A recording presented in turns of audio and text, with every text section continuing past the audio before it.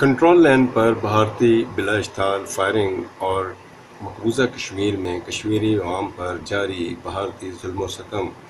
کے خلاف احتجاج اور کشمیریوں سے اظہار یکجہتی کے ساتھ ساتھ ملکی دفاع کے لیے بھرپور اعادہ کے حوالے سے حکومت کا بلایا جانے والا پارلیمنٹ کا مشترکہ اجلاس بدھ کی شام کچھ دیر بعد شروع ہونے جا رہا ہے۔ تاہم اجلاس کے ایجنڈے میں جہاں بھارت کی کشمیریوں کے خلاف جارحیت اور کنٹرول لائن پر بلا اشتعال فائرنگ سے پیدا ہونے والی صورتحال کو ایجنڈے کا حصہ بنایا جا رہا ہے، وہاں سینٹ سے پاس ہونے والے غیرت کے نام پر قتل کے بل اور ریپ کے قوانین کے حوالے سے ترمیمی بل بھی اس اجلاس کے ایجنڈے میں شامل ہے۔ واضح رہے کہ 2 روز قبل وزیراعظم نے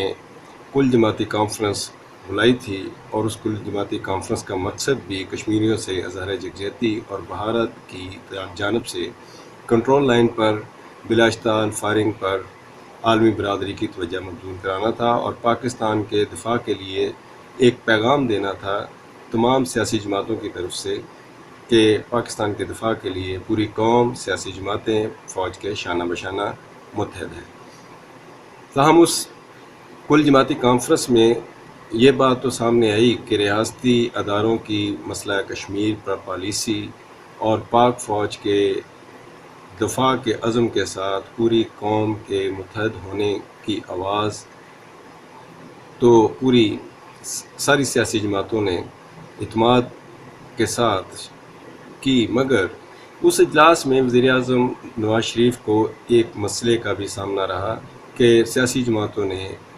پاناما لیکس کے حوالے سے ان پر عدم اعتماد کا اظہار کیا اور وزیراعظم کو احتساب کے لیے خود کو پیش کرنے کا مطالبہ کیا۔ بدھ کو پارلیمنٹ کے مشترکہ اجلاس سے قبل منگل کو وزیراعظم نے قومی سلامتی کے معاملہ پر ایک اعلیٰ سطحی اجلاس بلایا، جس میں چاروں سروسز چیف، وزرائے اعلیٰ اور آرمی چیف سمیت خفیہ اداروں کے سربراہان نے بھی شرکت کی۔ اس اجلاس میں اندرونی سلامتی کے حوالے سے سب سے اہم نیشنل ایکشن پلان پر غور و خوض کیا گیا اور اس حوالے سے ایک ٹائم فریم طے کیا گیا کہ نیشنل ایکشن پلان کو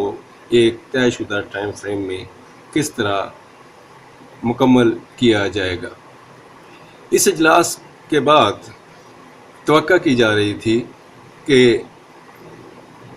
پارلیمنٹ کے مشترکہ اجلاس کے ایجنڈے میں نیشنل ایکشن پلان، جس کے حوالے سے قانون سازی کی گئی تھی اور یہ قانون سازی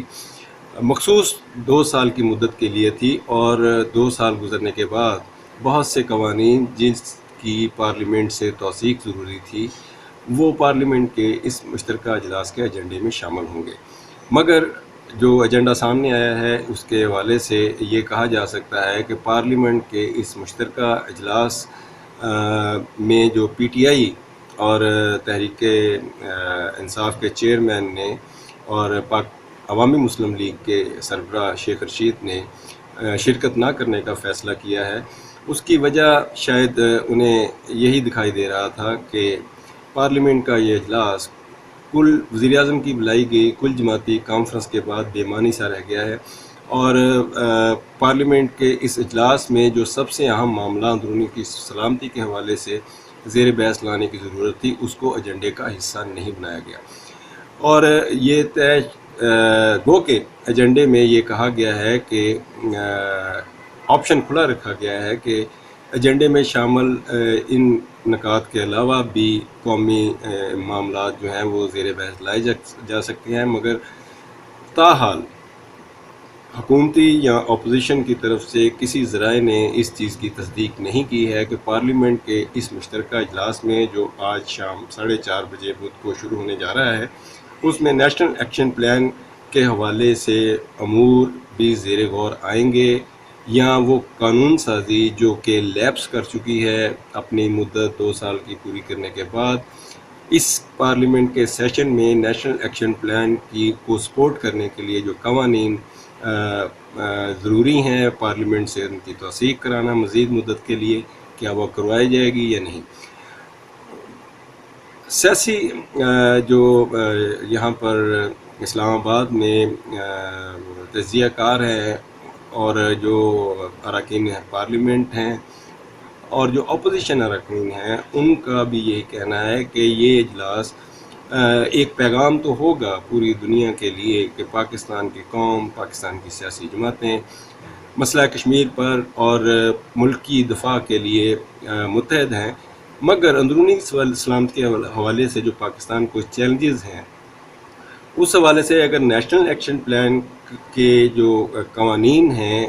جو منظوری کی دی گئی تھی 2 سال کے لیے، اور 2 سال کی مدت ختم ہونے کے بعد وہ جولائی میں لیپس کر گئے تھے، جب تک ان کو دوبارہ ان کی پارلیمنٹ کے اس مشترکہ اجلاس سے توثیق نہیں ہوتی یا اس کو اس اجلاس میں زیر بحث نہیں لایا جاتا، تو یہ شاید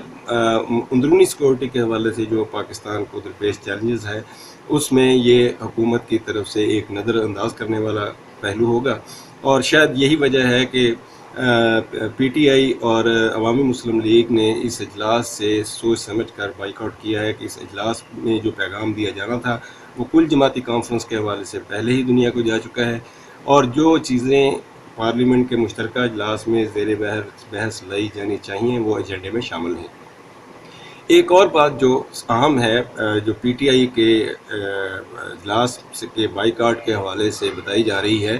کہ اسپیکر قومی اسمبلی کی طرف سے پی ٹی آئی کے چیئرمین عمران خان کو پارلیمانی لیڈروں کے برابر خطاب کے لیے وقت دینے کا معاملہ بھی پی ٹی آئی کے اس فیصلے کی وجہ بنا کہ کیونکہ اسپیکر قومی اسمبلی کا کہنا تھا، اور 2 دن پہلے بھی انہوں نے اپنے جب ایک میڈیا ٹاک میں انہوں نے کہا کہ پارلیمنٹ کا تمام ٹائم جو ہے وہ کسی کو نہیں دیا جا سکتا، ان کا اشارہ عمران خان کی طرف تھا۔ عمران خان چونکہ اپنی پارٹی کے پارلیمانی لیڈر نہیں ہیں قومی اسمبلی میں، اور قومی اسمبلی میں پارلیمانی لیڈر جو ہیں وہ شاہ محمود قریشی ہیں، تو جب بھی اس طرح کی کوئی ایونٹ ہوتا ہے اسمبلی کے اندر تو پارلیمانی لیڈروں کو زیادہ وقت دیا جاتا ہے بولنے کے لیے، جبکہ دوسرے اراکین اسمبلی کے لیے کم وقت ہوتا ہے۔ اور عمران خان کے لیے پارٹی تحریک انصاف جو ہے وہ پارلیمانی لیڈر اور سیاسی پارٹی کے سربراہوں کے برابر وقت کا تقاضا کر رہی تھی، جو شاید کہ منظور نہیں کیا گیا، اور یہ بھی ایک ریئیکشن ہے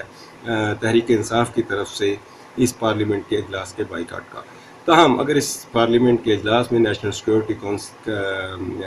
ایکشن پلان کے حوالے سے اور نیشنل سیکورٹی کو، اندرونی سلامتی کو خاص طور پر بہتر بنانے کے لیے کوئی سنجیدہ لائحہ عمل اختیار نہیں کیا جاتا، ایجنڈے کا حصہ نہیں بنایا جاتا، تو یہ اس کہنا